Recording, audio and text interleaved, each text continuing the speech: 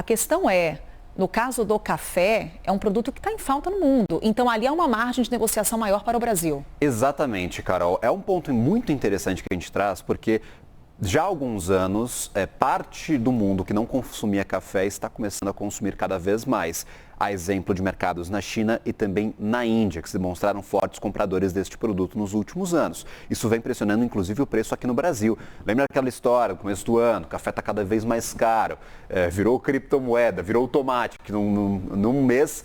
em um trimestre sobe 10%, 15%. É o que está acontecendo porque o país exporta muito e tem mais gente querendo comprar. A situação do café é um pouco menos pior, vamos usar essa expressão aqui, porque justamente tem gente para comprar em outros mercados, apesar de os Estados Unidos serem um mercado gigantesco. O que acontece com a China, a gente viu neste último final de semana a abertura de mercado de alguns produtos brasileiros para exportar para a China. 183 exportadores brasileiros agora serão permitidos a exportar café para a China, outros 30 exportadores de gergelim e também tivemos a abertura de mercado para farinha de origem animal. Então, estes 3 produtos neste final de semana, nós já vimos um reflexo com validade imediata, com prazos ali de 4 a 5 anos, essa permissão para exportar para a China. E aí, claro, a gente tem que ter atenção. A gente reduz, diminui a dependência dos Estados Unidos, mas aumenta a dependência da China.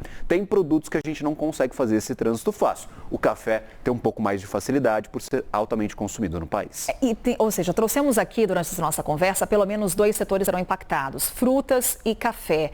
E é perceptível, Gabriel, o quanto que esses setores serão impactados de formas diferentes com relação ao tarifaço de Donald Trump. Portanto, as demandas também ao governo brasileiro são distintas. Exatamente. O café diz, os Estados Unidos não têm de quem comprar. Eles vão ter que comprar do Brasil, mesmo que em menor quantidade, com tarifaço ou sem tarifaço. O café tem estes caminhos para vender a outros países. Então, as demandas são altamente distintas, por exemplo, do setor frutífero. Café busca ali por algum auxílio para manter os empregos, para ter mais linhas de créditos, para sustentar ali algumas operações. Tem produtor que vai ser mais ou menos impactado, mas o setor frutífero, ele apenas quer que não seja enforcado neste mês de agosto, porque tem créditos que vencem e são pagos nas culturas, quando o produto é colhido e exportado e vendido, e o setor frutífero pede para que esses créditos junto ao governo sejam postergados, adiados. Seria uma solução apenas de curtíssimo prazo. Isso não garante, por exemplo, a saúde financeira desses produtores ao longo dos próximos trimestres, caso o tarifaço continue. Mas são demandas distintas. Tem setor pedindo crédito, tem setor pedindo flexibilização dos contratos de trabalho e setor pedindo apenas que esses créditos não vençam agora e sejam adiados. Por isso, esta escuta ativa do governo e essa personalização do plano de contingência para cada um destes setores mais afetados. A gente trouxe aí a expectativa para que o plano seja apresentado em etapas, bem personalizado para cada um dos setores, porque, como a gente diz, Carol, as demandas são muito distintas. E tem também uma demanda diferente a depender do estado brasileiro. Quando a gente olha para as exportações de determinados estados, o tarifaço vai pesar em muito.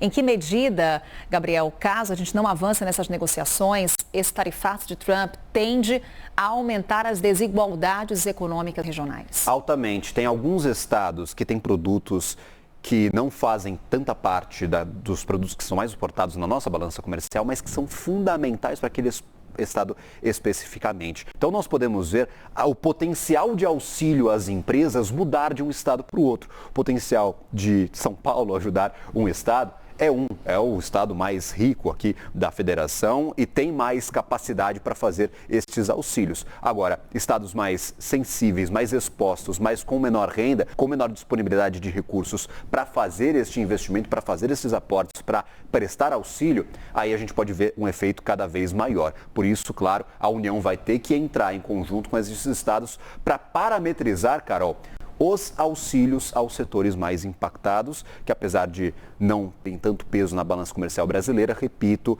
tem sim envolvimento direto com os Estados Unidos e um colapso nestes setores vai ter custo de empregos e custo, claro, desses empreendedores que terão, claro, os seus trabalhos de anos praticamente destruídos em um curtíssimo espaço de tempo. Obrigada, Gabriel Monteiro. Claro que a gente vai estar de olho. Então, hoje temos conversas lá em Brasília do ministro, vice-presidente Geraldo Alckmin com empresários e também, claro, expectativa para a conversa de Fernando Haddad com o secretário do Tesouro dos Estados Unidos nessa semana. Valeu, Gabriel.